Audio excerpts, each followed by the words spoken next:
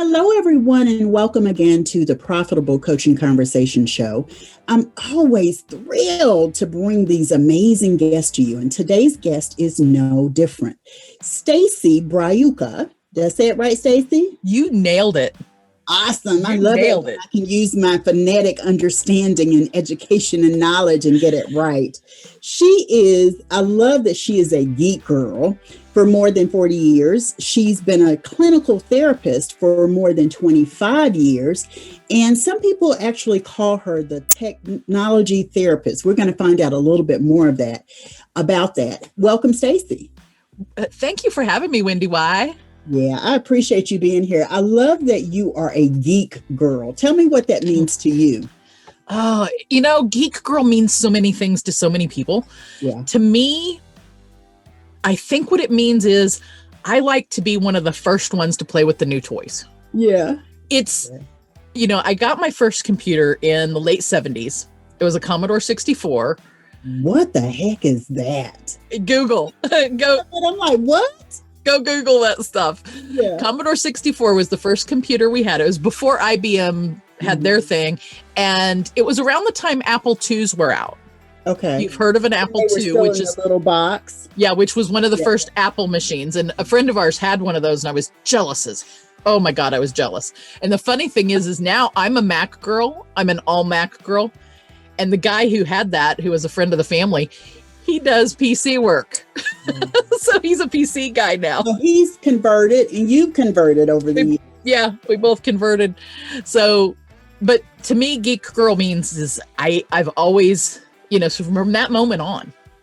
And, if it's a gadget, an app, shiny, whatever, particularly software, the older I've gotten, the more it's an app.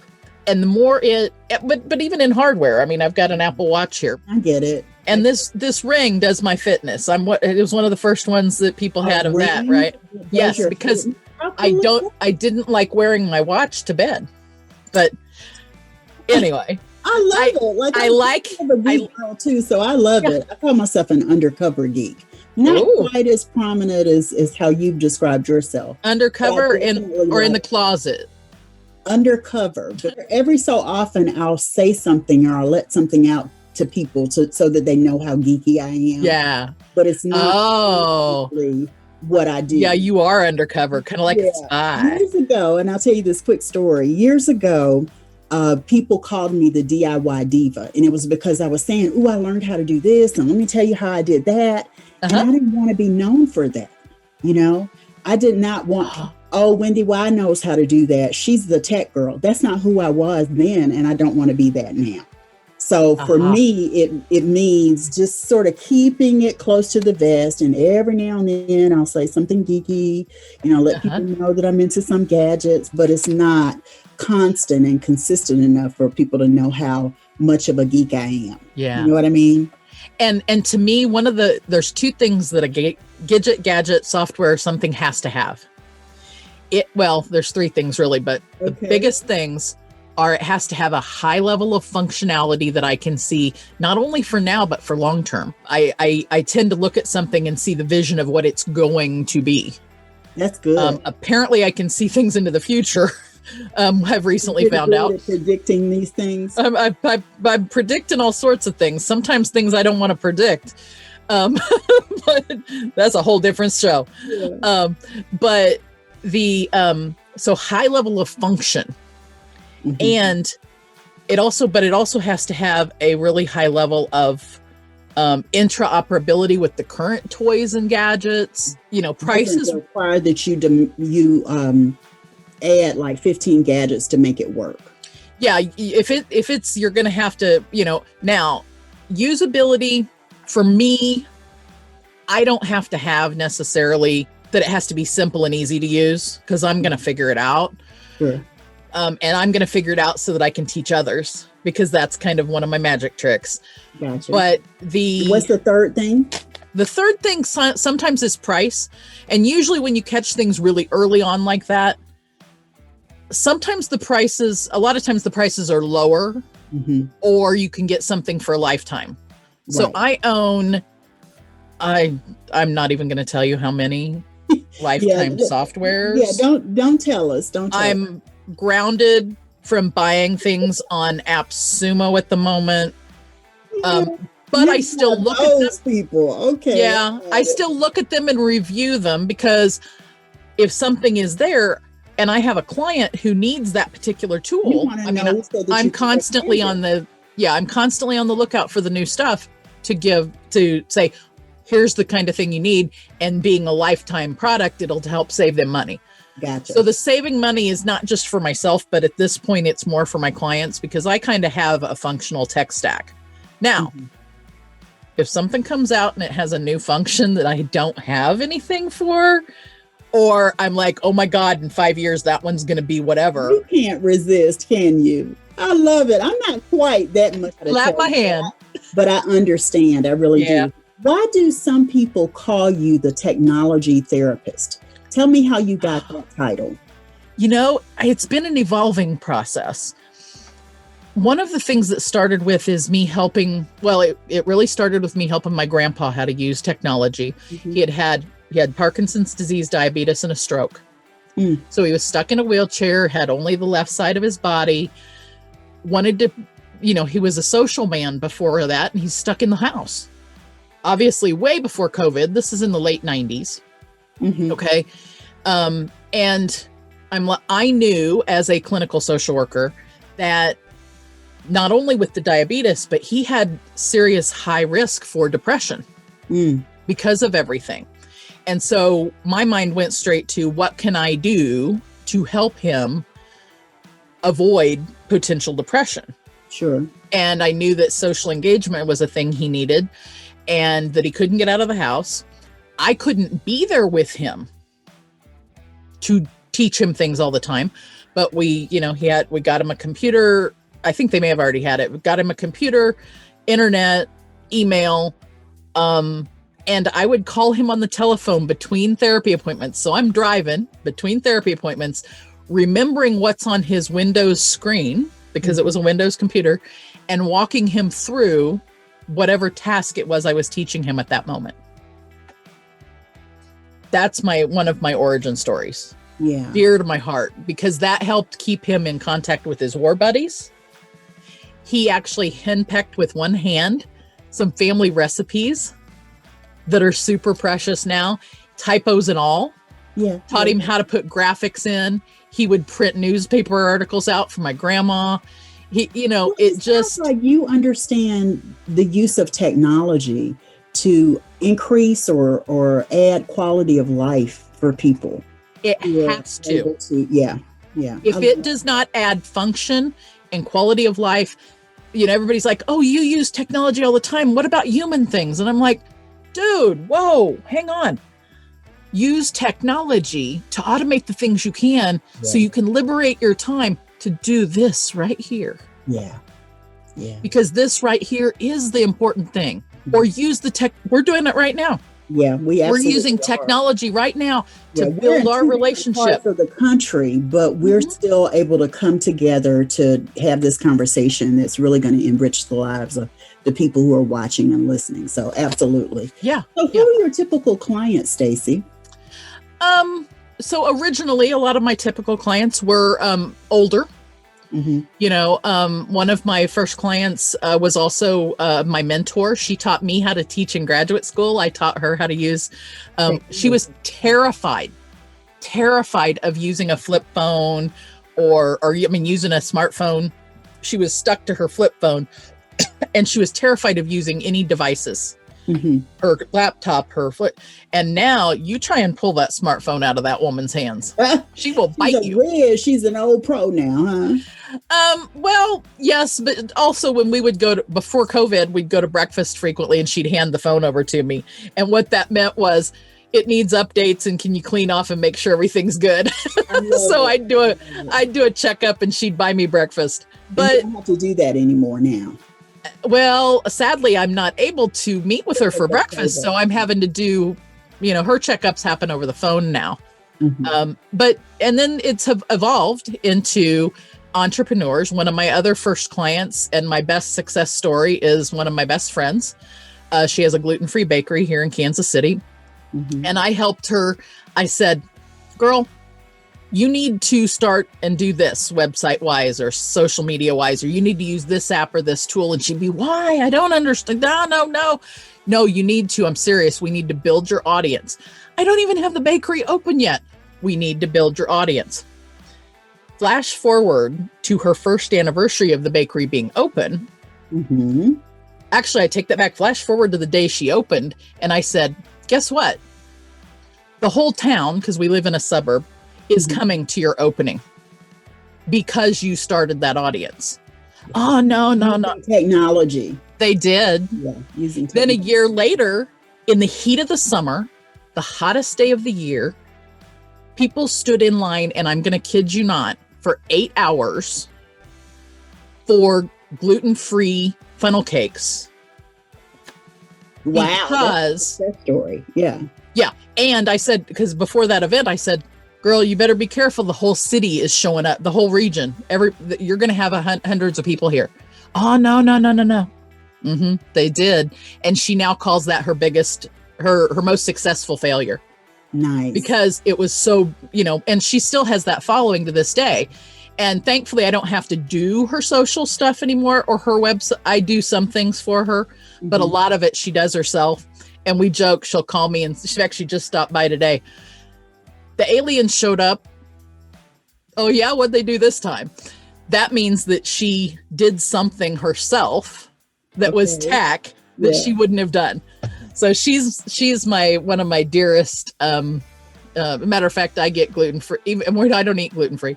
I get gluten-free cake for my family events. Yeah.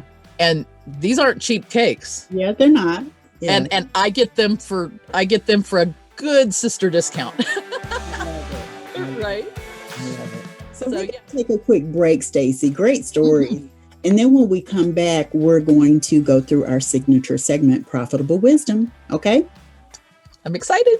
Okay, we'll be right back.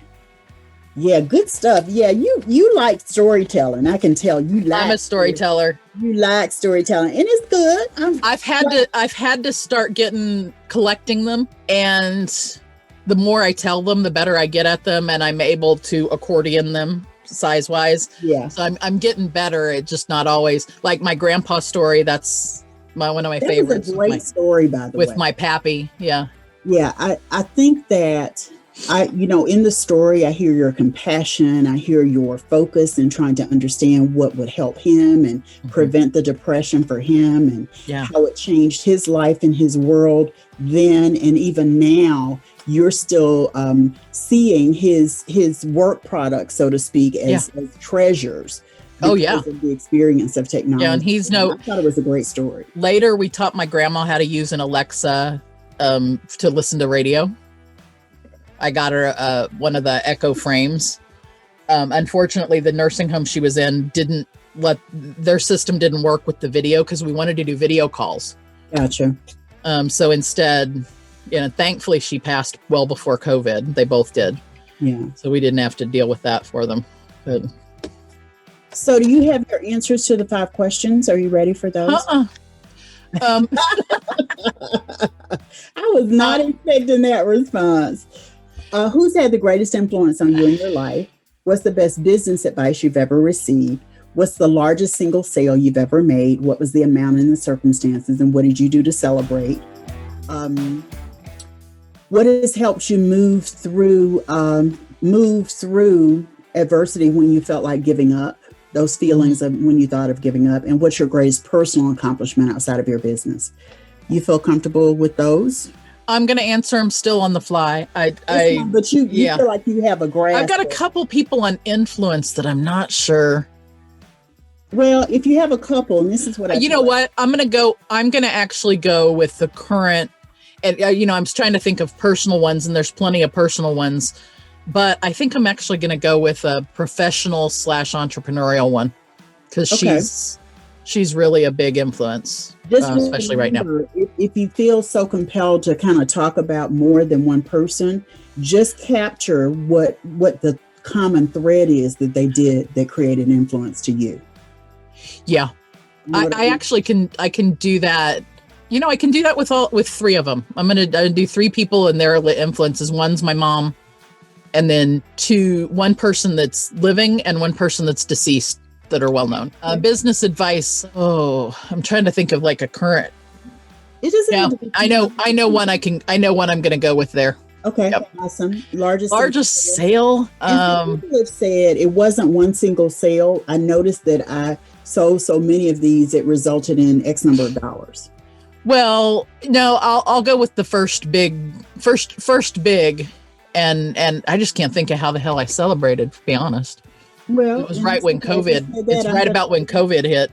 Yeah, I'm going to give you permission to celebrate still, even if you haven't already. Yeah. I know I did. I just don't know what the hell I did. Yeah. Okay. And what's your greatest personal accomplishment outside of your business? I'm trying to think of how to put that one or put any of them. I'm trying to think of a good personal accomplishment to really surviving. As a matter to be honest, surviving COVID. No, being here at all.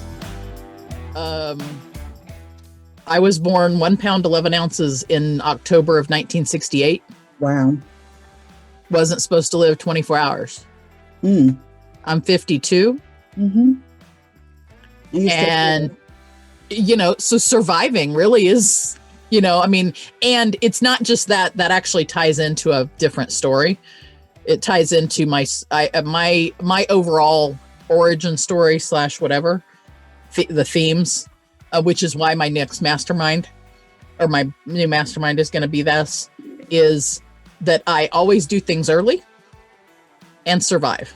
And so I can actually tie it back to what we already talked about. Okay.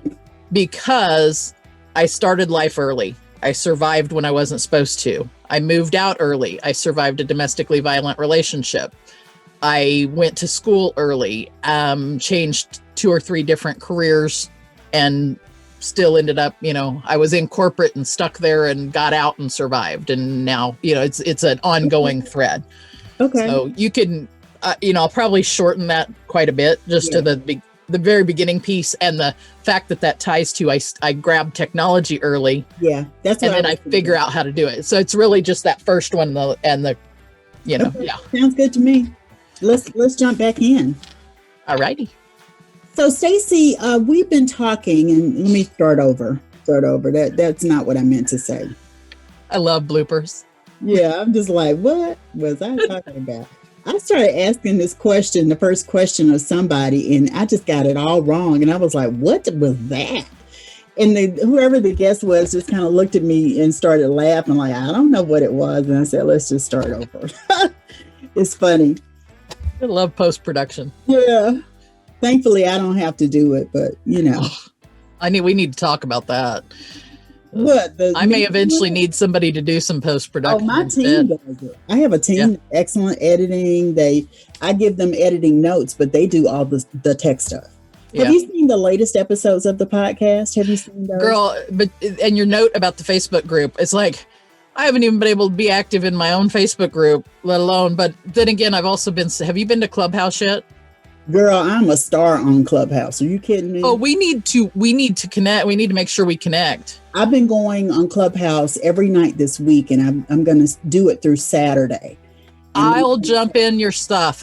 And if you ask me to the stage and I don't, it's because I'm out. I'm listening to it in my headphones out in the living room with husband. Eastern, in the 8 p.m. Eastern hour, usually 8:10, 8:15. 9 p.m. So that's something like that. 7 p.m. So yeah, usually we're out and watching TV. Okay. So, but I can listen to you and be in the audience. I wish they on Clubhouse and you'll see it. I'm in there twice for a couple reasons, but the first one was an oops, but it's Stacy Brayuka 1. Okay.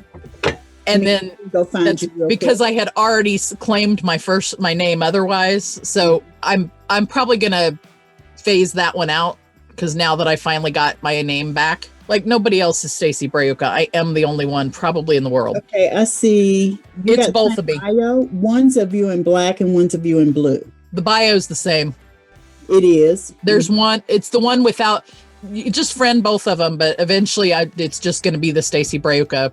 No numbers. I just saw Stacy Brayuka. Yeah. Just got 11 followers on that one. Yeah, the other one I've got more followers. So I just got to figure out, I need to get everybody over to the other one. Okay. It was a snafu. Okay, so we'll talk about Clubhouse. Let's keep moving into our interview because we keep going off on tangents. Are we gonna? Yep. Mm-hmm. Yeah. Okay. So let's get it done. Hello and welcome back. We've had the pleasure of talking with Stacy Bryuka. Did I say it right again? Yeah. No. Oh, okay. Scratch that. Let me start over. Okay.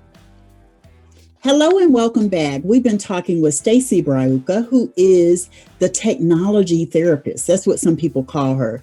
And we've had a delightful time talking about technology and shiny objects and all that kind of stuff. But now we're getting into our profitable wisdom segment. It's our signature segment on the show.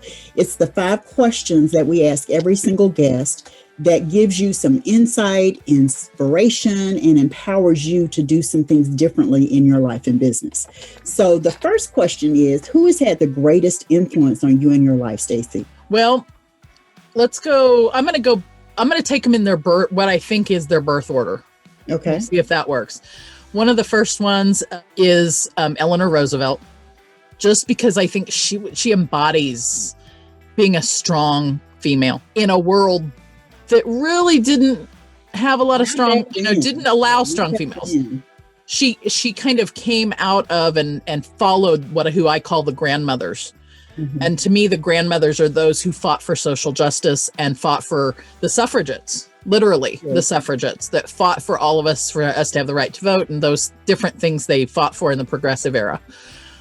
So Eleanor Roosevelt. Mm-hmm. Then the next one would be my mom. Mm-hmm. Kathy, and she showed me growing up what it was like to come from that world where women weren't supposed to go to school, go outside of the house to work. Yeah. They were supposed to stay home with the kids. This is in the 70s, stay home with the kids, blah, blah, blah, suburbia, all that. Yeah. Mm-hmm. To the fact that she had a desire to do more than that. Mm-hmm. So I watched her go to school and get a job later and, eventually divorced my dad and continued to show us those things. So she's always one of my biggest sheroes. And then the third one is a current contemporary, and I'm blessed to call a colleague because she's also a clinical social worker, or she's also a social worker and researcher, and that's Brene Brown. Yeah. When you said that, I thought that's Brene Brown. It's Brene. Everybody loves Brene. I'm telling you. Smart and funny. And brilliant and irreverent. Yeah. I am a mouthy social worker for social justice and who loves qualitative research, and she's a qualitative researcher. Mm-hmm. And so my research brain is all about qualitative research, and I actually am modeling my next big project, which is a mastermind in the style of Brene. Excellent. Not only because of Brene, but because I learned the same things in school, and well, I can do it too, darn it. Yeah. And that project is based around, how her projects are based around one word or concept. Mm-hmm. And mine is based around tenacity. I love it. It's called Tenacious Life. And there are a variety of pieces and parts to it. It will be coming in 2021. Some pieces sooner than later. And it has to do with those things that those women all taught me. Yeah. Right? Awesome influence. Influence. Yeah. So let's move on to our next question. What's the best business advice you've ever received? That's going to have to go to one of my dearest colleagues with Done For You Concierge. And that is Paula Allen, who said, delegate. Yeah, that's a big one. And she, once she got me to start taking things off my plate and putting them onto a team, things started moving forward. Yeah. And so I'm going to give a big old props to my friend Paula for that. So what's the largest single sale you've had in your business? What was the amount and the circumstances? Well, the circumstances when I started talking to this potential client were what we now call normal, but frankly, everything we do in life, no matter what day it is normal, but I digress. The circumstances were pre-COVID. Mm-hmm. And it was a 5-day online summit. because I was working on, our Done For You Concierge is their predecessor and current. We do online summits, online events for people. And so that was, he was a gentleman who had a fairly large amount of money, a pretty high dollar client. And it was a 4-figure sale for a 5-day event. Because it happened in the midst of COVID and some other things happened, it ended up being the event didn't happen the way it was supposed to. Okay. So maybe when I'm talking successful failures, it wasn't because of me that the event didn't happen. It was because of some things that happened with the customer. But it was. So remember, we're talking largest single sale. Yep, it was my largest single sale and probably still to date. There's a couple that are getting ready; they're going to eclipse it, but at that time it was. We're talking $9,999. You said 4 figures. I said 4 figures, but it was maybe a little less than that one. It's about half that one. Okay. So the new stuff's and that was a year ago. Yeah, that was literally a year ago. I like to make sure you share the amount, because a lot of the conversations I have with my clients and people in the marketplace revolves around price, revolves around fees. So I like for people to hear that, because I want them to see the possibilities and hear the possibilities of what they can generate, And the next ones are going to, the stuff that's coming is going to be bigger than that. And it's because it's possible. Yeah, I love it. I love it. So Stacy, we all have those times when we feel like giving up. What has helped you to move through those times to stay the course in your business? I think one of the biggest is building my own biz girl, geek girl support network. People who know things, different things than you do, who can support your work. Really, actually, a lot of, as I created, again, I talk about that Done For You Concierge team. As that team came about, it is a group of geek girl women who are have our own businesses outside of that. We've come together as a project. Yeah. And so we do things together, but then we also do things apart, and we support all of the above for each other. One of our biggest values as a team is that we empower other women in their businesses. That is our core. That's literally our core value in that group. And so sometimes it's, we'll hang out in the middle of the night in a Zoom room, and it's, I get that. We'll do it just hanging out.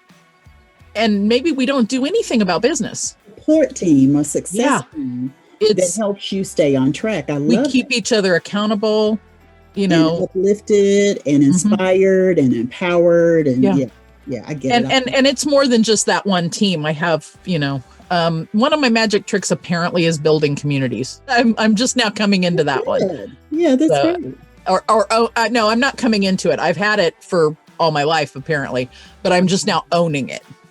Gotcha. I'm just now owning it because it's been there for a long time.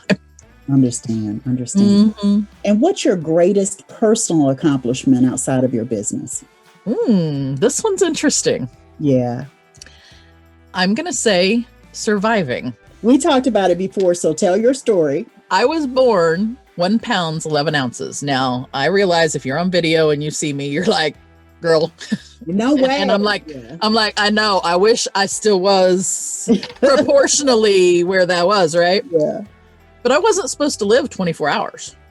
Yeah. And mind you, remember this strong woman that I said inspired me is standing outside of a window. Oh, I forgot to say she went back to work in the same hospital I was born in, because that's where she was working at the time. She went back to work, and people saw her in street clothes, and they were pointing at me saying, you see that one there? They say she's not going to live. Wow. Not knowing. She was your mom. She was my mom. And that this woman stood there and watched that and lived through that, and later passed on to me that tenacity. And so my biggest personal accomplishment, I say, and it's a pattern in my life, that I start things early. I mean, I started life early. It literally started from the get. This isn't a habit I developed. It happened to me, not just by choice or maybe it was. I think I wanted out of there, you know. Anyway, I start things early and then I survive, which is how Tenacious Life got its name. Yeah. And I think if I were to even tweak that just a little bit, you start things early, you survive and thrive. True. Yeah, I would add the thrive, because survival just sounds like you barely made it and you're barely doing it. No. From what I know of you, Stacy, in our conversations, you're also thriving in many areas. So I would add that word. I mean, just from being born in that scenario and at that time, besides not being alive, if I lived, I was supposed to be blind, completely blind. Yeah. I was supposed to have brain damage. Some will argue that I do. Yeah. We won't talk about that. Yeah. You know, I was supposed to have so many detriments. Sure. I have never in my life felt like I had a detriment other than I'd like that proportion back a little bit, please. I hear you. Yeah. Awesome. So thank you so much for sharing, Stacy. We're going to come back and you're going to share your parting thought and describe the gift that you have for our audience. Okay? Sounds good. We'll be right back. Yeah, girl, you long-winded on your stories. Tell me. I know. Slow it down with your nugget. Slow it down, please. I get excited and I can't turn the adrenaline faucet off. I know that's why you're working with a speaking coach, right? Isn't that what you said? It's part of why we're actually trying to get the stories together and get them in the right order and to really be sales, just to sell from the stage. Who's your speaking coach that you're working with? Jane M. Powers. I don't know that name. Okay. It doesn't mean anything that I don't know her. She's what I would also recommend as you're getting the stories together, maybe this is the next part of her work with you, but you want to make sure as you create your stories and their sales stories that you fine tune them so that there's a clear beginning, there are, clear number of points you want to make. Yeah. And, a clear place of climax you take people to, and then how you move into your conversion. Yeah, that's what she's doing. We're doing a full, which is why I'm not even really telling that whole thing the way it is yet. But you've got to be able to tell the story in such a way that if you've got 2 minutes to tell it, you know how to tell it in 2 minutes. If I've got 20, I can tell it in 20. Yeah, exactly. Yeah, exactly. Yeah. That's what I mean by accordion. It looks like you're doing this. Yeah, because yeah. Do you have your one nugget? That's the parting thought. Parting thought is what I, kind of thinking of is the nugget that you'd like for people to hear. Of all we've talked about, what is the thing you most want them to remember? It has to do, and this is maybe me asking you to help me bring it in. It's the having grace with yourself. If you're afraid of technology, have grace with yourself while you have perseverance. Okay. Have grace and perseverance when it comes to dealing with technology. Okay. You ready for it now then? Yeah. Okay, welcome back. We've been talking with the technology therapist, Stacy Braiuka, and we've had a delightful conversation. There's been so much really juicy advice, insight she shared around her own personal journey that you can glean from for your own journey. And so if there's one nugget, Stacy, that you'd like to be sure people walk away from this conversation with, what's the one nugget? One of the things I think is having grace with yourself alongside that perseverance, especially when you're dealing with anything, but especially when you're dealing with technology. I know a lot of people are scared to death of it, or they don't like it, or they don't see where it fits, or they just don't want to deal with it. But have grace and perseverance with yourself with it. Because there are ways that it helps us do that. It helps us connect. Yeah. It helps us connect, and it helps quality of life. You definitely said that enough in what you've shared. If it's not helping your quality of life, you don't want to, that's ridiculous. Don't do things that don't help just for the sake of a gadget is not okay. No, absolutely not. Never. For sure. And I know you have a gift that you want to share that's going to be really yummy for people. You told me about it, so describe it here. I do. Link in the show notes. Yeah, it's a bundle It's a gift that's a bundle of gifts, actually. It's not just one thing. And you're going to have a technology foundations checklist. Mm-hmm. So you can, if you're like, I don't know if I have all the things I need. This checklist, you can go down and mark the things you have or don't have. Mm-hmm. And it gives you ideas. It also has some ideas in it of what are the different types of tools. So for example, an all-in-one technology type tool might be something like Kartra or InfluencerSoft. Mm-hmm. An email where it has all the different pieces and parts versus an email tool like MailChimp or MailerLite or ActiveCampaign. Okay. And so some of the different pieces and parts that you need to really put things together as a business also goes into a good chunk on joint venture things that are good to have, building referral partners. Yeah, this sounds like a technology bundle that people just need to be able to access. And then there's a second checklist, a webinar, and an appointment with us all in it. So there's a bunch of goodies in this bundle. Stuff. Thank you so much, Stacy. I appreciate it. I appreciate you being here, and I love the conversation. Thank you so much. You are amazing, WendyY. I love your presence and your invigoration. I'm going to be like on a high the rest of the day. Awesome. I'm so glad to hear that. I am. Thank you. Mm-hmm. So thanks so much for being part of this conversation with us. We'll see you next time. Be sure to check us out and join us at profitablecoachingsociety.com. That's a growing community of coaches, speakers, etc., transformation experts in a private Facebook community that you can engage with, you can learn from people, you can become part of it, you can share and add value. We look forward to serving you there. That's profitablecoachingsociety.com. We'll see you next time for another episode. Take care, everyone. Bye-bye. Okay, awesome. Let me stop the recording. I want to ask you if